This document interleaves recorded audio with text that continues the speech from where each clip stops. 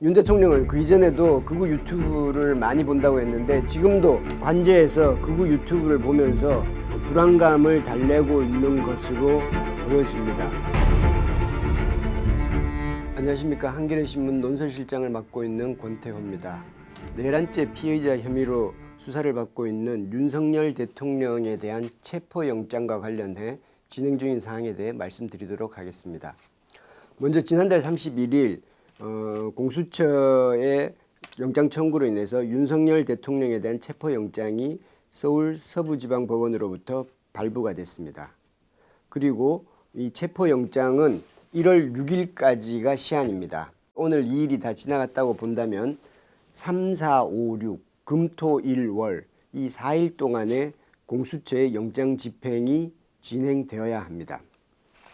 이와 관련해서 윤석열 대통령 쪽은 체포영장 청구 시점부터 계속해서 지금 메시지를 내고 있습니다. 처음에는 공수처는 내란죄 수사 권한이 없다. 그리고 체포영장이 불법이다. 왜 서울 서부지방법원이 영장을 발부하느냐. 뭐 온갖 형태의 지금 핑계와 억측, 궤변을 다 늘어놓고 있다가 어제는 윤 대통령이 한남동 관저 앞에 시위를 벌이고 있는 극우 시위대에게 직접 편지를 보냈습니다. 편지 내용은 뭐 이미 다 아시겠지만 나는 끝까지 싸우겠다. 여러분들도 더 힘을 내시라. 이거는 사실상 시위대를 준동하는 것이나 마찬가지입니다. 자신을 지켜달라는 것이죠. 그리고 오늘 2일에는 또 메시지를 냈는데 어제보다 조금 더 나갔습니다. 공수처가 경찰 기동대 지원을 받는 건 위법이다. 따라서 기동대가 영장 집행에 나설 경우 경호처는 물론 시민 누구에게나 체포될 수 있다. 이거는 경찰이 와서 영장 집행을 위해서 진입을 시도하면 주변에 있는 시민들이 그 경찰에게 덤벼들어서 경찰과 싸우라는 이야기입니다.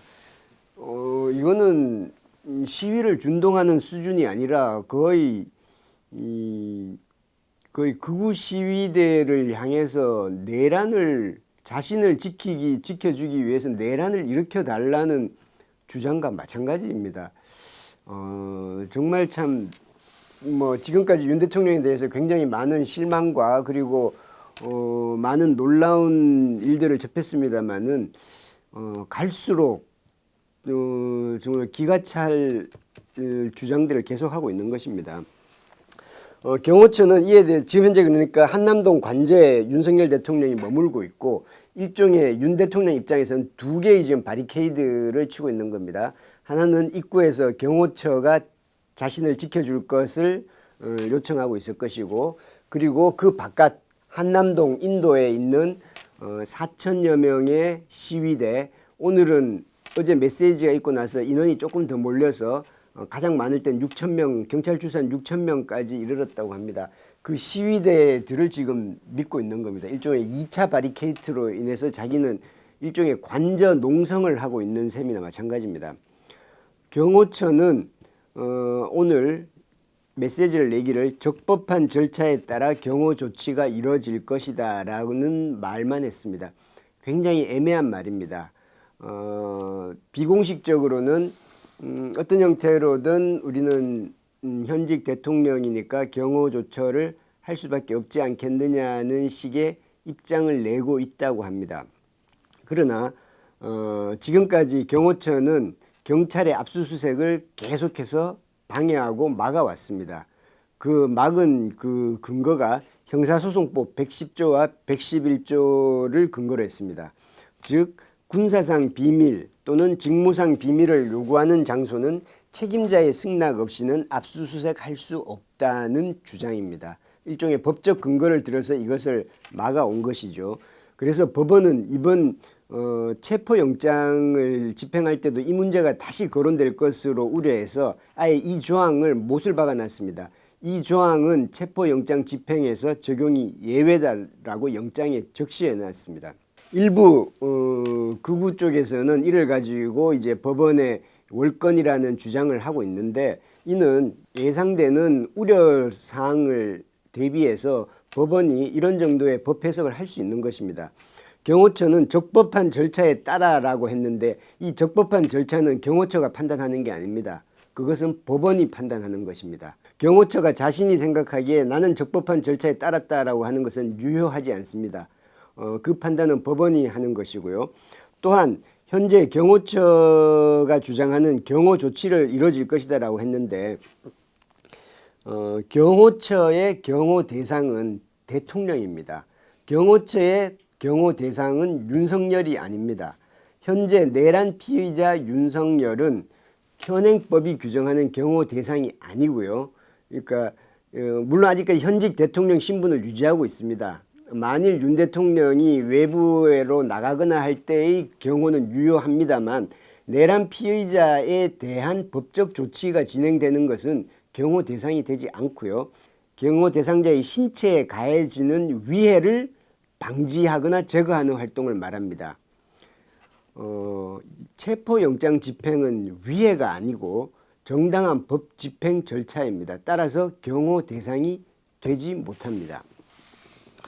어쨌든 경호처가 어떻게 나오든지 간에 공수처는 영장을 집행하겠다는 지금 의지가 강한 편입니다. 일단 6일까지의 영장 집행 시한 안에 만약에 한 번 해서 안 된다면 두 번, 세 번도 영장 집행을 시도할 것이고요. 그리고 만일 최악의 경우 이 6일 시한을 넘겼을 경우에는 2차, 3차로 체포영장을 다시 청구하겠다는 입장을 보이고 있습니다. 그리고 만약에 경호처가 이 공수처의 체포영장 집행을 맡게 될 경우 이는 현행법의 특수 공무집행방해 현행범이 됩니다. 그 자리에서 곧바로 현행범 체포할 수 있습니다. 만약에 이를 막는 경호처 직원들은. 그리고 특수 공무집행 방해의 경우 5년 이하의 징역 1,000만 원 이하의 벌금을 받게 됩니다. 그리고 향후 몇 년 동안 공직을 갖지 못하게 됩니다. 경호처의 정책 결정권자들이 잘 판단해야 됩니다. 자신들의 잘못된 판단으로 인해서 젊은 경호처 직원들이 법적인 처벌을 받을 수 있고 앞으로 공직에 나가지 못한다면 그 사람들의 인생은 어떻게 되는 겁니까? 정말 무책임하고 무책임한 판단을 내리지 않기를 바랍니다. 그리고 또 하나 이제 거론해야 될 것이 윤 대통령의 메시지입니다. 윤 대통령은 지난 1일 시위대에게 자신은 끝까지 싸울 테니까 우리도 힘을 내라고 했고 그리고 그 유튜브를 통해서 실시간 생중계 유튜브를 통해서 여러분들이 애쓰시는 모습을 보고 있습니다 라고 했습니다. 신의 한수, 정광훈 TV 이런 곳에서 그 한남동 관저 극우 시위대 모습을 현장 생중계하고 있습니다. 윤 대통령은 그 이전에도 극우 유튜브를 많이 본다고 했는데 지금도 관저에서 극우 유튜브를 보면서 불안감을 달래고 있는 것으로 보여집니다. 그리고 어제 메시지에는 추운 날씨에 건강 상하시지 않을까 걱정도 많이 됩니다 라고 했는데 걱정된다는 분이 이런 메시지를 냅니까? 이렇게 되면 이 시위대를 자극하는 것이고 시위대를 준동을 촉구하는 것입니다. 자신을 지켜주기 위해서 이 나이도 많으신 분들이 많은데 이분들을 엄동설안에 바깥에서 떨게 하고 잘못하면 경찰과 부딪혀서 다칠 수도 있습니다. 그리고 이분들은 경찰에 붙잡혀서 법적 처벌을 받을 수도 있습니다. 이렇게 무책임한 지도자가 있을 수 있습니까? 자기 하나 살겠다고 경호처의 많은 직원들 그리고 수많은 그 시위대들 자신을 지지하겠다는 시위대들한테 이렇게 위험에 내팽개치고 위험으로 내몰고 있는 것입니다. 어쨌든 시위대의 행위들도 만약에 공정한 법 집행을 막는다면 이는 다 불법에 해당되는 것이고 현행범으로 체포될 수 있습니다. 이건 좀 여담입니다만은 영화 서울의 봄에 보면 황정민 씨가 연기를 했었죠. 전두광이 이런 말을 합니다. 실패하면 반역, 성공하면 혁명. 많이 유행어로도 많이 돌았습니다. 이게 12.12 사태 때 전두환이 직접 이런 말을 했는지는 알 수 없습니다. 그러나 아마 이런 자세로서 아마 12.12 사태에 임했을 것입니다. 박정희도 쿠데타를 일으킬 때 똑같은 생각이었을 거고요. 쿠데타에 실패하면 그 생물학적으로 죽는다는 생각을 했을 겁니다. 보수 농객 조갑재 씨가 얼마 전에 최근 방송에 나와서 윤 대통령을 강하게 비판하면서 이렇게 말한 적이 있습니다. 보수는 책임을 지는 사람이다. 윤석열 대통령은 보수의 제일 반대편에 있는 사람이다. 잘 쏟고 국민들에 대한 예의가 없고 무능하고, 그러면서 윤 대통령에 대해서 뭐라고 말했냐면 군대를 안 가서 총을 사용해 본 적이 없어서 그런지 군대를 동원한다는 것이 어떤 의미인지를 정확하게 모르는 것 같다. 검사를 오래 하다 보니까 국민들을 다 피해자로 보고 세상을 만만하게 본 것 같다. 만약에 실패하면 죽는다는 생각을 했어야 되는데 지금 실패하고 나서도 뭐 아니면 말고 없었던 걸로 하자 뭐 이렇게 한다는 게 이게 말이 되느냐라고 했는데, 조갑재 씨가 보수 농객입니다마는 이 말은 윤 대통령한테 적확한 말 같습니다. 굉장히 비겁하고요, 굉장히 치졸하고 인간적으로서 굉장히 바닥을 지금 다 보여주고 있는 겁니다. 그런데 관저에 숨어서 경호처에 대고 자기를 지켜달라고 하고 시위대들한테 여러분 나를 지켜주십시오라고 하고 거기다가 경찰을 체포할 수도 있다는 주장을 하고, 이런 사람은 지금 굉장히 위험하고, 지금 현재 윤 대통령이 저렇게 매일매일 저렇게 메시지를 사회를 향해서 메시지를 내는 것을 계속 두고 봐야 하는지 의문입니다. 지금 현재 그 메시지는 지금 현재 공해이고 윤석열 대통령의 존재 자체는 지금 사회 악입니다. 이거는 빨리 사회로부터 격리해야 되는 상황이고 우리 사회의 위험 요소입니다. 오늘 민주당은 비상대기령을 내렸습니다. 시위대가 혹시나 국회로 올지도 모른다는 생각을 하는 것입니다. 흥분한 시위대가 어떤 행동을 벌일지 모른다는 생각을 하는 겁니다.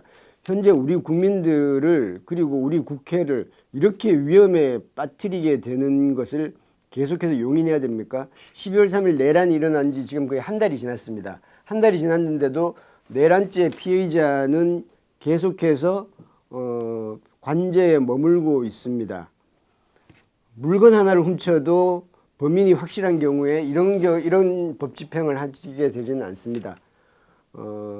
현재 윤석열 대통령을 비호하거나 옹호하는 국민의힘도 다시 한번 생각해 봐야 될 것입니다. 이 상황을 언제까지 방치할 것이며 이 상황을 언제까지 내버려 두는 것이 과연 국민의힘 그리고 보수 여권에게도 유리한 일인지를 다시 한번 생각해야 되고, 윤 대통령과 빨리 절연하고 윤 대통령은 우리 사회로부터 빨리 격리하는 것이 우리 대한민국과 우리 사회가 하루속히 취해야 될 조처라고 생각됩니다. 체포영장 발부 전에 또 하나 이전에 최상목 대통령 권한대행이 헌법재판관 2명을 임명했습니다. 물론 이에 대해서 최상목 대통령 권한대행이 그 헌법재판관 3명을 온전히 임명하지 않고 여당 하나 야당 하나 나머지 1명은 보류라는 자신의 자의적 결정으로 2명만 임명한 것은 문제가 크고 굉장히 잘못된 행동이라고 생각합니다. 그러나 어쨌든 추가로 임명했기 때문에 8명으로서 헌법재판소의 탄핵 심판이 바퀴가 굴러갈 수 있도록 한 것은 앞으로 그 탄핵 심판을 이끌어가는 데는 최소한의 조처는 진행하게 된 것으로 예상됩니다. 그런데 이에 대해서 당시 국무회의에서 지금 드러나는 것을 보면 당시 그 방통위원장, 대행, 권익위원장 그리고 김문수 노동부 장관 등이 계속해서 항의를 하고 왜 그걸 권한대행이 마음대로 하느냐라고 하면서 헌법재판관 임명에 대해서 반대를 하는 모습들이 그대로 내비쳐졌습니다. 굉장히 한심하고 이런 사람들이 내란 때는 뭘 했길래 이제 헌법재판관 2명을 임명한다니까 이렇게 강하게 반대를 하고 있는가. 정말 국민들이 많이 지탄할 것입니다. 이런 용기가 왜 내란 때 그 국무회의에서는 그렇게 내지 못했는지 국민들은 많이 의아해할 것입니다. 그리고 헌법재판관 2명을 임명하자 정진석 대통령 비서실장을 비롯해서 대통령실 실장과 수석들이 전원 사의를 표명했습니다. 물론 오늘 비판이 강하게 제기되자 일단 그거를 접고 다시 복귀를 하긴 했습니다만은 이 역시 많은 국민들이 의아해합니다. 내란을 결정할 때 그리고 내란이 진행되는 그 와중에 대통령실 실장들과 수석들은 도대체 뭘 했나? 그때는 왜 이런 식의 사의 표명을 하면서 대통령을 막지 못했는가? 그런데 지금 이제 그 내란을 일으킨 피의자에 대해서 헌법 절차를 진행한다고 하니 거기에 대해서 불만을 품고 이런 저항을 한다는 게 납득이 되지 않습니다. 이것은 거의 내란 동조, 내란 옹호를 넘어서 내란 세력과 같이 동조하고 같이 그냥 내란 세력이라고까지 볼 수 있는 게 아닌가라는 그런 비판이 일 수밖에 없습니다. 지금 현재 그 국민의힘과 일부 보수 쪽 정치권들이 계속해서 이제 자기 주변 사람들의 이야기를 듣고 계속해서 대통령을 지켜야 한다. 지지층의 의견을 무시할 수 없다라고 되어 있는데 지난 1월 1일 발표된 그 국내 종합 일간지들의 신년 여론조사를 보면 윤 대통령 파면에 대한 응답이 70%, 내란죄로 처벌해야 된다는 게 67%, 구속수사해야 된다 66%, 대부분 우리 국민들의 3분의 2 이상 70% 정도가 어떤 식의 의견을 갖고 있는지 명확하게 드러납니다. 이전의 여론조사도 이와 별 차이가 없었고요. 그러면 그들은 도대체 어떤 여론층에 지금 쌓여서 그들의 의견을 듣고 그들의 의견을 따르는 건지 다시 한번 생각해 봐야 됩니다. 그렇게 해서 영남권에 있는 일부 국민의힘 의원들은 그렇게 해서 공천을 받고 그렇게 해서 어느 정도 정치적인 생명을 유지하겠다는 생각일지는 모르겠으나 이렇게 해서는 국민의힘은 절대 정권을 차지할 수 없을 뿐 아니라 정당으로서 그러려면 극우 정당화 되어야 됩니다. 그러면 지금 현재 국민의힘은 너무 많은 의석을 갖고 있습니다. 그런 정도의 스탠스와 그런 정도의 정치적 지향점을 갖고 있다면 우리 사회 국회 300석 중에서 한 3석 정도만 갖고 있으면 충분하리라고 봅니다. 국민의힘은 보수를 대변하지 마시고 극우를 대변하는 쪽으로 가야 되고 그러기 위해서는 지금 너무 많은 의석을 차지하고 있고 너무 많은 과잉 의견을 과잉 대표하고 있습니다. 국민의힘이 앞으로 어떤 식의 길을 갈지를 명확하게 하는 것이 우리 국민들에게도 도움이 될 것 같습니다. 이제 앞으로 3일, 4일, 5일, 6일 이 4일 안에 이제 윤 대통령에 대한 체포영장 집행이 예정이 되고요. 만약에 그 4일 안에 원만하게 체포영장 집행이 되지 않는다 하더라도 언젠가는 이루어지게 될 겁니다. 그렇게 오래 시간이 걸리지 않을 거고요. 그리고 헌법재판소에 지금 탄핵심판도 절차가 진행 중에 있습니다.